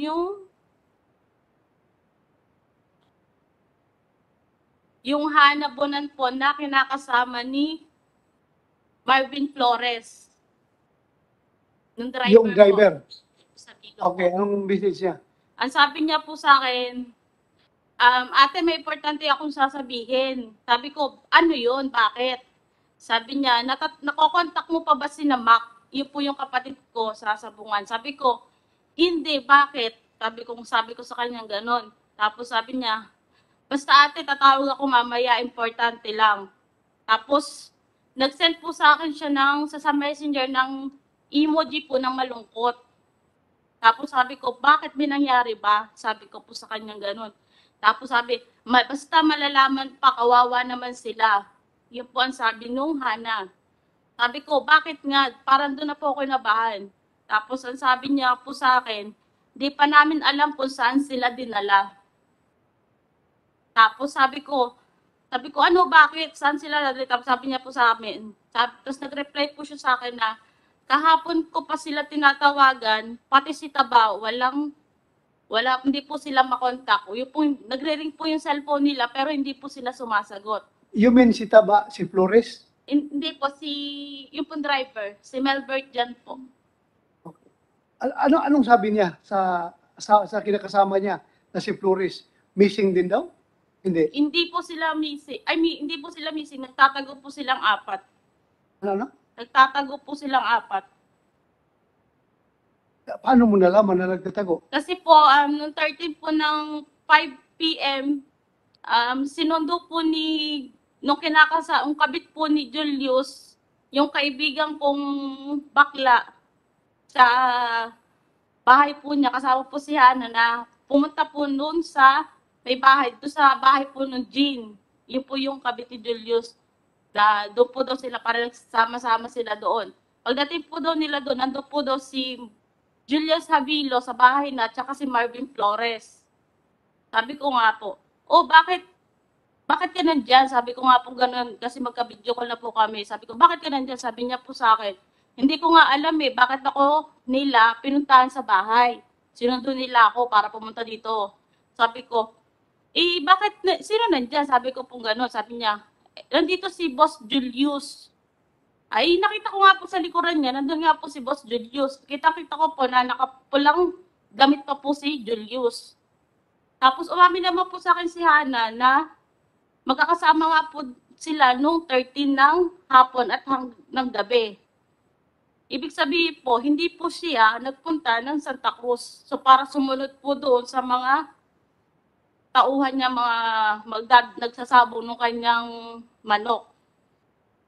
Tapos po tapos doon po, kinabahan na po ako doon. Tapos sabi po, kahapon pa po sila, sabi po nung Hana, kahapon pa sila ng tanghali tinatawagan namin. Kaso, hindi na sila sumasagot. Tapos may sinabi, pwede po ba Hindi mo kinulit yung kausap mo. Bakit sila nandyan? Kasama man sila. Tapos bakit yung aking kapatid nawawala? Hindi, wala pa po sa namin na nawawala na sila. Yun lang po. Tapos ang sabi po sa akin, yun nga po na sana po, may iba nga, tinatawagan nga po sila, hindi na po daw sila sumasagot.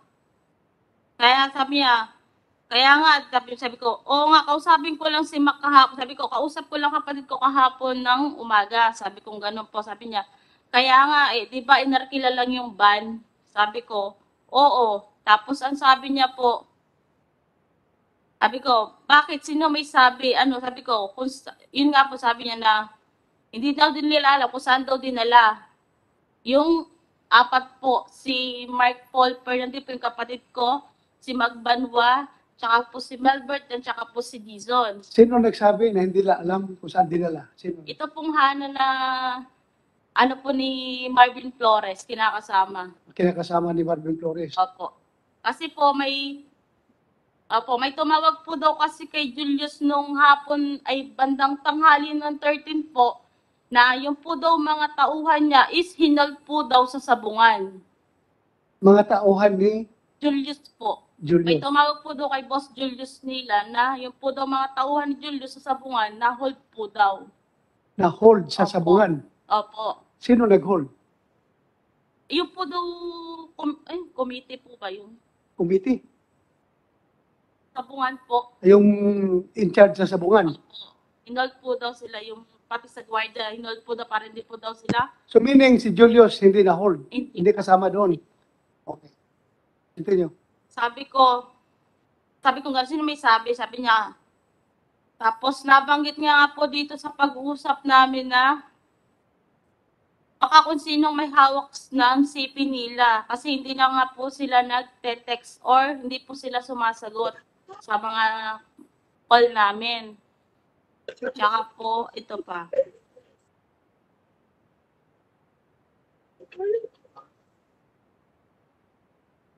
Yun nga po, Sa IDG, Bert. ate, kahapon pa sila. Sandali, ma'am, ha? Sandali. Yung mga sinasabi niya, nakuha ba niyo ito? Yes, sir. Yung mga about Flores, about yung driver, about yung lahat-lahat, sabi niya?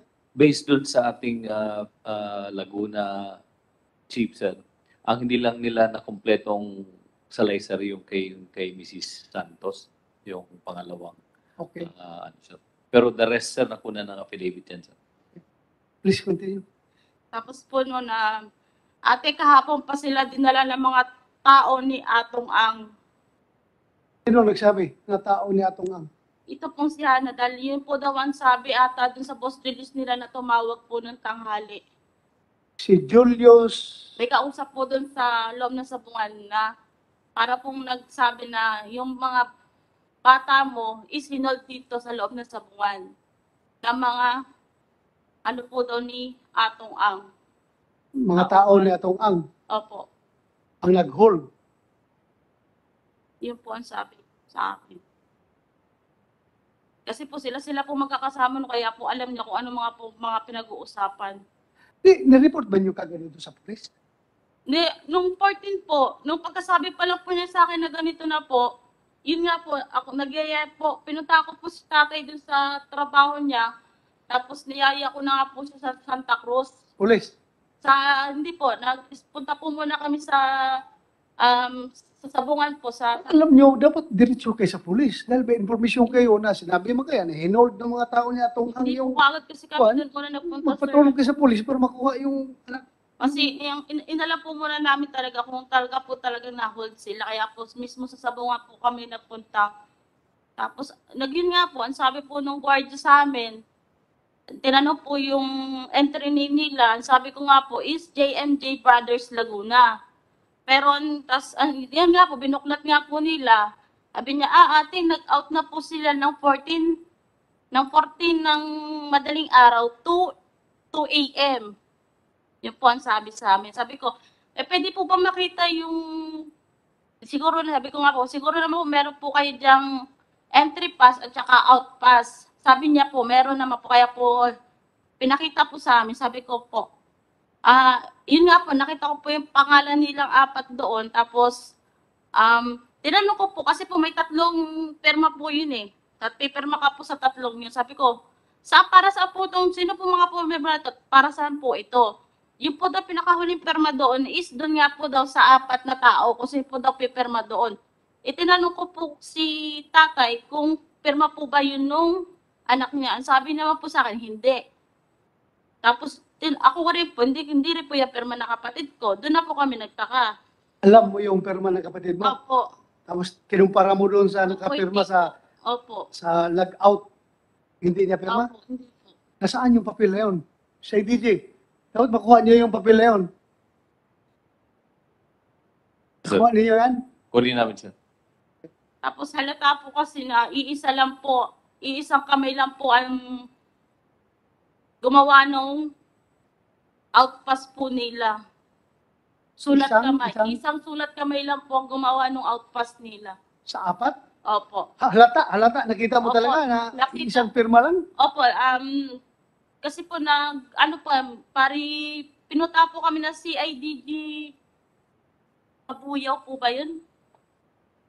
Yun po. Tapos, pinakita ko nga po yung outpost nila na ito po yung, sabi ko, sir, ito nga po yung outpost nila. Tapos sabi niya, ay oo ate, iba yung, iisa lang ang halatang pineke yung kasi iisa lang ang sulat kamay. Hindi sila ang mga sumulat nito. So, in line with that, magpatulong si Atty. Santos. Atty. Santos, magpatulong kami sa iyo, ha? Na makuha yung makuha yung... Mr. Chairman. Logbook, Mr. Chairman. Yes, Mr. Yes, sir. Yes, sir. CIDG Director, madali masolve ito, ha? Kayang masolve ito. Thank you. Please continue. Tapos nga po yun, sabi ko po doon sa gwardiya, sir, total naman po, may nakita po kasi ako ng 3 CCTV sa may gate po nila. Sabi ko, sir, tanong ko lang po, gumagana po ba yung CCTV nyo sa labas? Pwede po ba namin makita kung talagang lumabas po sila ng sabungan? Sabi po sa akin ng gwardiya doon na nag-entertain po sa amin na, ay ma'am, hindi po, props lang po yan. Yun po ang sabi po sa amin. Tapos sabi ko po, siguro naman po sir, sa loob po niyan may gumagana naman po kahit papaano. Ang sagot nga po sa akin, ma'am, oo po, meron naman po. Sabi ko, kung sakali po kailanganin po namin, pwede po ba namin mahingi? Ang sagot po niya sa akin, pwede naman po, ma'am. Tapos po nun, wala na po kami nakuhang information about doon po sa sabungan. Nag-try po kami magtanong-tanong kung may mga CCTV pa po ba sa pagdaraan na palabas po ng sabungan. May nakapagsabi po sa amin na magpunta po daw kami ng barangay po ng Palasan.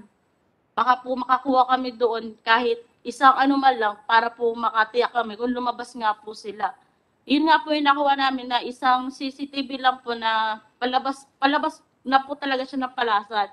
Pero hindi lang naman po namin alam kung sila pa po ang sakay nung van na yun, nung sinakyan nila.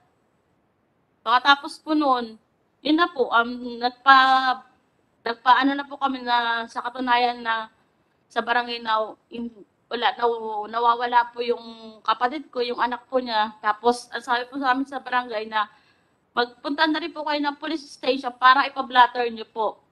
Yun nga po, sinabi po namin sa laysay namin, tapos yun po, ginawa na po kami ng blatter ng Santa Cruz Police po. Maraming salamat, ha? Thank you. Next is the partner of Mark Ferdinand Dizon po. Yeah, go ahead po. Ako po si Dayan Loyola, kinakasama po ni Ferdinand Dizon. Yung asawa ko is, bali, January 12 po, nung umalis siya sa bahay, sinundo po siya ni Melbert Santon tsaka ni Mark Paul Fernandin sa bahay. Nadala-dala po yung van na pagmamayari po ni tatay. Anong trabaho ng asawa mo? Gapper po, sir. Mananari. Gapper, Mananari. Opo. After you, kausapin natin si Gab Chairman, si Baham Mitra. At mamaya sir, pagkatapos niya sir, maghihingi kami ng information galing sa iyo about regulation nito mga gappers, kung paano sila kung may panyunyupi man o paano. You're the one regulating these people, di ba? So, mamaya sir, pagkatapos na. Please continue. Yeah. Tapos yun nga po, umalis po siya sa bahay siguro mga 8 to 8:30 p.m. po yata nung sinundo siya. Dumiretso po sila sa Santa Maria, Laguna po para puntahan yung handler at kuhain po yung manok. Then after po nun nilang kumuha ng manok, didiretso na po sila sa Santa Cruz, Laguna. Then po, nagka-chat pa po kami nun hanggang sa makarating po siya dun eh. Kinabukasan po, bali, nag-chat po siya sa akin, tumawag, na talo po yata yung unang 2 manok nila. Kaya yung pangatlong manok, siya daw po yung bibitaw. i-video ko daw po. Kaya may video po ko nung pangatlong manok na nilaban nila at nakita ko po doon yung asawa ko na nagbitaw po. Then Paano? nanalo po yun, sir. Panalo? Opo, nanalo po yun. Pero yung unang dalawa, talo? Opo, sir. Okay. Then after po nun, sabi niya po sa akin, ang pang-apat daw po, 4, 5, 6 na manok is ilalaban po mamaya pa pong hapon. Kaya po, hindi po siya agad nag-chat. Then nung tinatawagan ko po siya pagkatapos namin kumain ng tanghali, hindi po siya sumasagot. Nag-text din po ako, hindi sumasagot. Akala ko po busy lang o kaya po nagpapahinga kasi mamaya pa po yung laban yata nila. Then yun nga po hanggang sa nung medyo hapon na po, nagtataka ako bakit hindi siya tumatawag na kung ibibideo po ba uli yung laban niya kasi nanalo po yung pangatlo eh. Usually po kasi pag nanalo po yung pangatlo, yung pang-apat siya po yung magbibitaw nun. Hindi po siya nag-ano. Tapos nung makita po namin yung laban, iba na po yung nagbitaw, wala na po dun sa 4. Kaya sana po, gusto ko rin po sanang humingi ng kopya, nung video, nung pang-4, pang-5 at pang-6 na laban po. Sana, sir. Sa WPC po. Kasi, yung pangatlo pong manok na bintaw ng asawa ko, dun ko po huli siyang nakita. The rest po nun, kala ko po, may iba pa silang kasama bukod dun sa mga kasama niya. Kaya hindi ko po... Sino yung nagbitaw? Hindi mo kilala? Hindi ko po kilala eh. Akala ko yung 4, kilala mo yung 4? Nakikita ko na po, pero hindi po personal na kilala. Oo, pero Opo. yung Kilala last ko na po. nagbitaw, hindi mo na kilala? Hindi ko po kilala. Akala ko po mga bagong tauhan ni Julius. Kaya hindi po ako nag-isip ng masama. Na gano'n na nga po. Very material ito. Sa Edithia, hingi kayo ng video doon. Anong nangyari? Then after po, natapos na po yung laban, wala pa rin pong text or call yung asawa ko. Nisip ko, baka busy pa din po. Kaya binaliwala ko lang po yun. Pero medyo kabado na po ako noon. Kasi hindi naman po niya ginagawa yun sa tagal naming nagsasama eh. Ngayon lang po. Then kinabukas, tsaka nilocate ko pa po pala siya sa cellphone ko sa GPS na nandun pa po siya sa Santa Cruz, Laguna sa AA Cobra. Kaya kaya medyo panatag pa rin po ako na andun lang po siya. Hindi po siya naalis. Then kinabukasan po, paggising ko, wala pa rin pong chat, walang text. Nagtataka na po ako kung bakit wala pa rin siyang reply na dapat po pati nasa bahay na siya, nakauwi na sila. Nung nilocate ko po ulit yung cellphone niya, wala na po siya sa Santa Cruz. Nasa Muntinlupa na po. Doon na po ako kinabahan. Kasi wala naman po siyang dapat puntahan doon or gawin doon. Ano mo nalaman na sa Sa GPS po sir, sa location, ano po yung email niya sa akin. Muntinlupa? Opo. Yung Find My Device po sir. Then yun po, doon po ako nagtaka. Pumunta po ako agad sa apartment ni Julius, doon sa, yun nga po, yung sa babae niya, sa Tanay, para tanungin po si Julius kung bakit wala pa po yung asawa ko. Pagpunta ko po doon, wala pong tao sa bahay, doon sa apartment. Then, nung tinanong ko po yung kapitbahay, ang sabi po sa akin, ay, umalis na kagabi, umalis sila. Sila magkakasama po ni Julius Sabilio, Hannah Bonan, Jean Alanid, at saka po si Marvin Flores. Yun po yung sabi nung kapitbahay po niya, nakatabi. Kaya umuwi na lang po uli ako sa bahay. Tapos nilolocate ko pa rin po siya noon. Inaano ko kasi tinatawagan ko po, nagre-ring lang, pero hindi po sinasagot yung tawag ko. Kaya ang sumunod ko pong step na ginawa is pumunta po ako dun sa bahay mismo nila Julius Sabilio, dun po sa asawa niya. Tinanong ko po kung alam po niya kung nasan yung asawa ko at asan din po si Julius. Ang sabi niya lang po sa akin, wala daw po siyang alam, hindi daw niya po alam at hindi daw po pa umuwi si Julius. Tapos sabi ko, sige te, kapag ka nakausap mo, sabihan mo ako kagad o inform mo ko kasi nag-aalala na ako kung bakit wala pa yung asawa ko. After po nun, nung bandang hapon po, pumunta po ako ng, gabi na po, pumunta po ako ng Tanay Police Station. Doon ko po nakilala yung si Tatay yung Santos at saka po yung kapatid ni Fernandine. Doon ko po nalaman na talaga po palang nawawala at na-hold na po yung mga tauhan ni Julius sa sabungan. Then after po nun, tinawagan ko po yung asawa mismo ni Julius kasi akala ko po magkakasama sila eh. So tinawagan ko po para inform na magpa-blatter din siya sa asawa niya. Pero hindi po siya nakipagtulungan sa amin. Hindi siya bumaba, hindi siya pumunta dun sa Tanay Police Station para makipag-coordinate po sa amin. Then after po noon, ang sabi nga po sa akin ni Ann, sa Santa Cruz daw po kami magpa-blatter. Kasi nung January 14 po ng umaga, nagpa-blatter na po sila sa Santa Cruz PNP. Then nung kinabukasan po, January 15, nagpa-blatter na rin po ako sa Santa Cruz, Laguna.